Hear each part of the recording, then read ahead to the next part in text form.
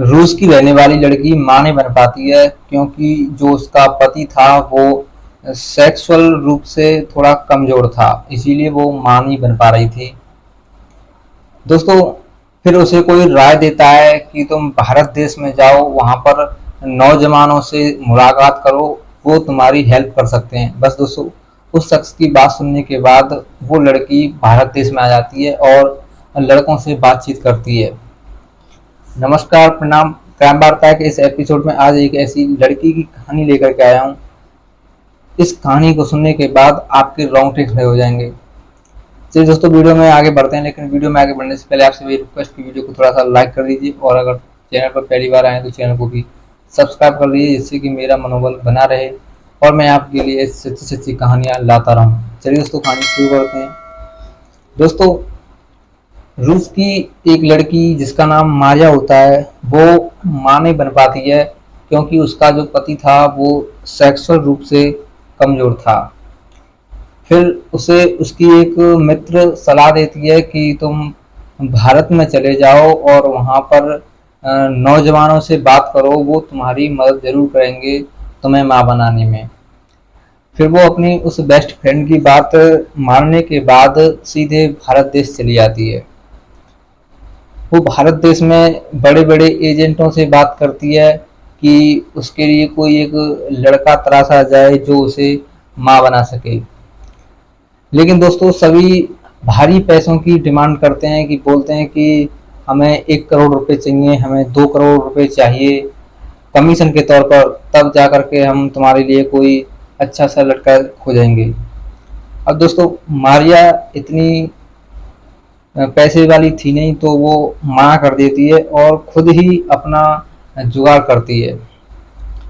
फिर वो एक प्रेस वाले के पास जाती है जो अखबार वाला था, और उसे 10,000 रुपये देती है और फ्रंट पेज पर एक इश्तिहार देती है। उस वो इश्तिहार में लिखवाती है कि उसे एक ड्राइवर की ज़रूरत है और उस ड्राइवर की जो सैलरी होगी वो 50,000 रुपये महीने होगी। वो इश्तिहार छपवाती है, अखबार पूरे शहर में बांटा जाता है, पूरे इंडिया में बांटा जाता है। तो इंडिया के हर एक शहर से मारिया के घर लोग पहुंचते हैं ड्राइवर की जॉब को पाने के लिए। लेकिन जो मारिया थी वो उन लोगों का ना तो ड्राइविंग लाइसेंस देखती है और ना ही वो कैसे गाड़ी चलाते हैं ऐसी स्टाइल देखती है। वो केवल उन लोगों की बॉडी को देखती है, बॉडी लैंग्वेज को देखती है, और एक के बाद एक करके सभी लोगों की बॉडी स्टाइल, बॉडी लैंग्वेज को देखने के बाद सबको रिजेक्ट कर देती है। दोस्तों, उसके यहाँ पर 3 दिन के अंदर लगभग 850 लोग पहुंचते हैं, लेकिन उसे एक भी शख्स लड़का पसंद नहीं आता। वो सभी लड़कों को रिजेक्ट कर देती है और फिर हताश होकर बैठ जाती है। अब वो सोचती है कि शायद उसकी किस्मत में बांझ औरत बनना ही लिखा है। दोस्तों, अशोक नाम का एक उत्तर प्रदेश का लड़का होता है जो कि मिडिल क्लास फैमिली से था। मिडिल क्लास फैमिली भी नहीं बोल सकते, अगर 4 दिन काम न चले तो शायद उनके घर में खाना भी ना बने, ऐसे घर का रहने वाला था। नई नई शादी हुई थी और ड्राइवर तो था, लेकिन उसके पास ड्राइविंग लाइसेंस नहीं था। अब वो बिना ड्राइविंग लाइसेंस के मारिया के घर पहुंचता है। दोस्तों, अशोक शरीर में, दिखने में अच्छी पर्सनैलिटी का मालिक था, सुडौल आकर्षक शरीर था। ऐसा शरीर था कि उसे देखने के बाद हर एक लड़की उसकी तरफ आकर्षित हो जाए। वो जब मारिया के घर पहुंचा तो मारिया उसे देखने के बाद उसकी तरफ आकर्षित हो गई और उसे मन ही मन पसंद करने लगी। वो सोचने लगी कि अब मैं इसी लड़के को अपने साथ लेकर के जाऊंगी और टी की बेटे की माँ बनूंगी।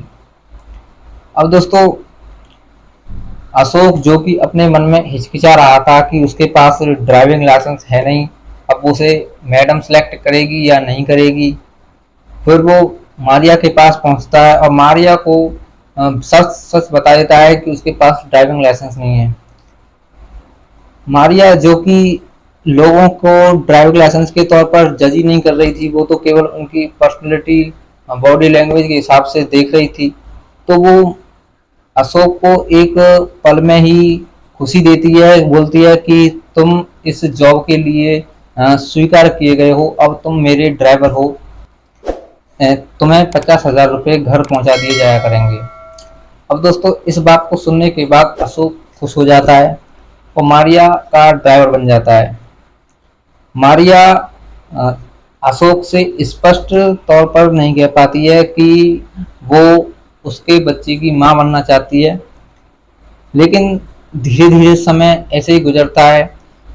अशोक का जो काम था कि उसे मैडम को उसके ऑफिस तक पहुंचाना था, मार्केट लेके जाना था, तो वो अपने काम को अच्छे तरह से अपनी जॉब को करता है।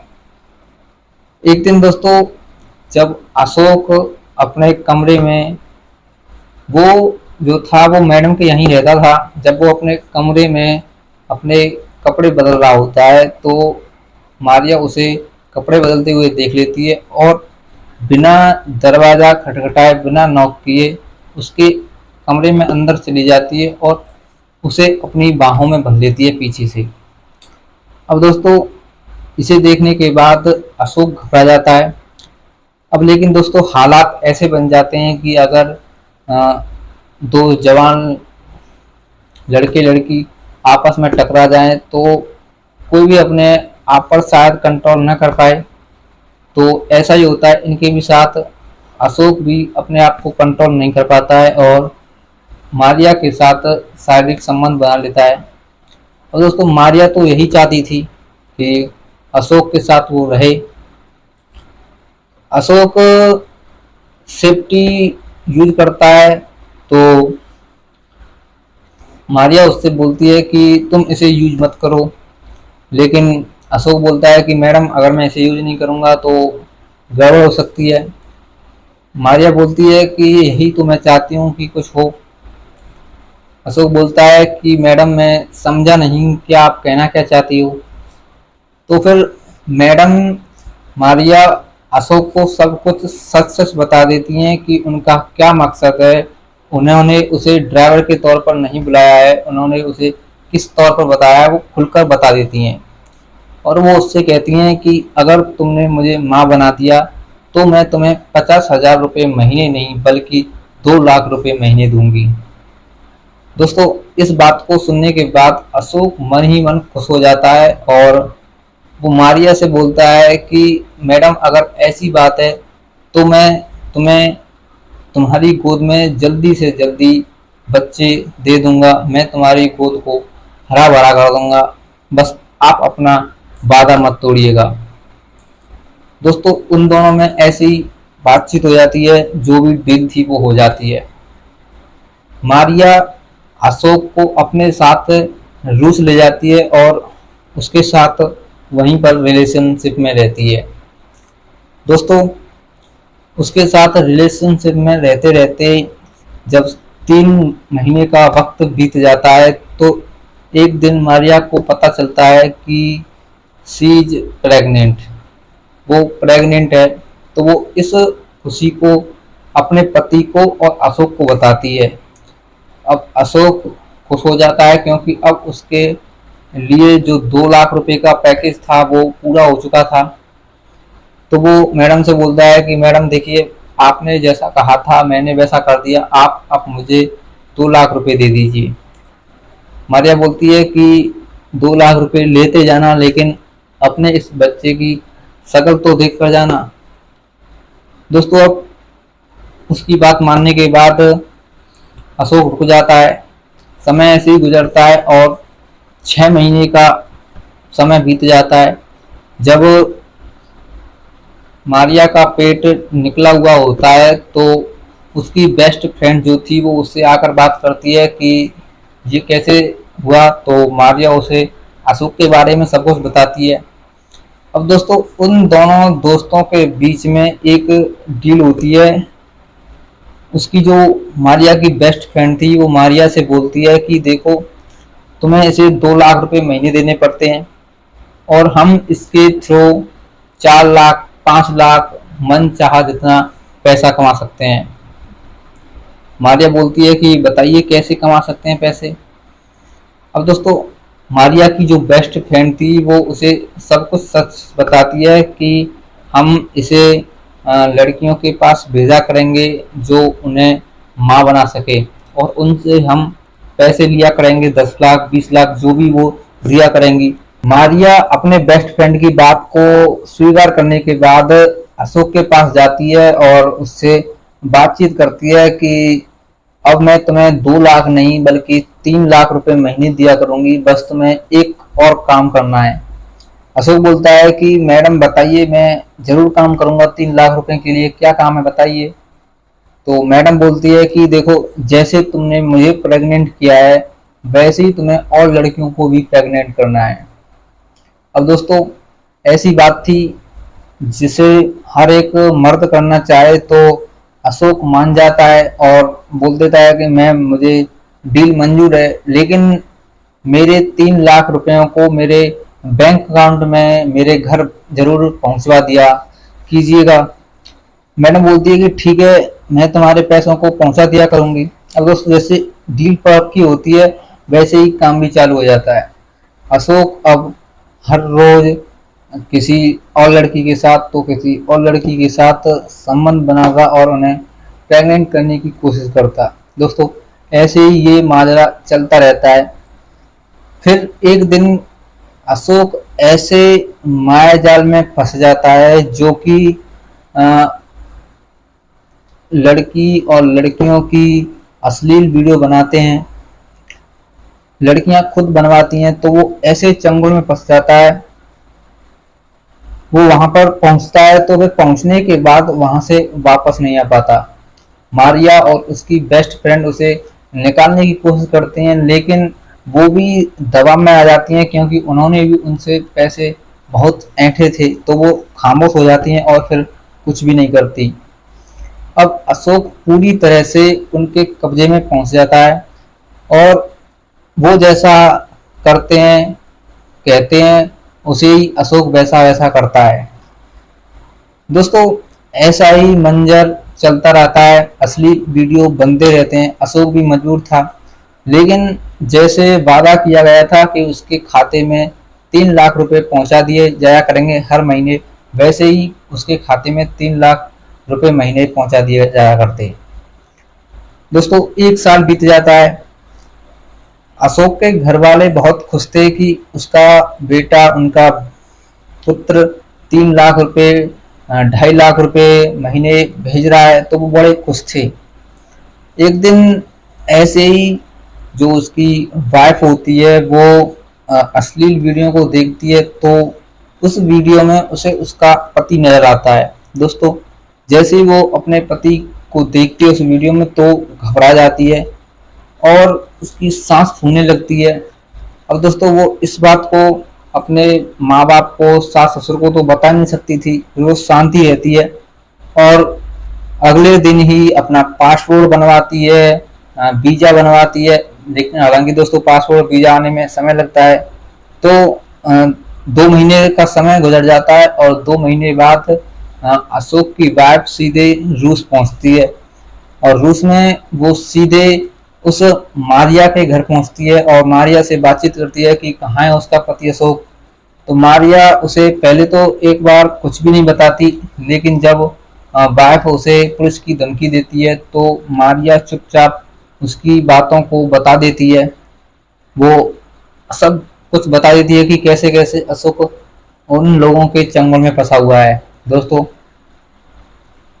अशोक की पत्नी रूस की पुलिस के पास जाती है और उनसे एफआईआर लिखने को कहती है, उन्हें सब कुछ सच सच बताती है कि ऐसे ऐसे मेरे पतिदेव वहाँ फंसे हुए हैं। पुलिस उसकी एफआईआर लिखती है और छानबीन करना शुरू कर देती है। दोस्तों, 2 दिन के अंदर ही पुलिस उस गैंग का पर्दाफाश कर लेती है और सभी लोगों को गिरफ्तार कर लेती है।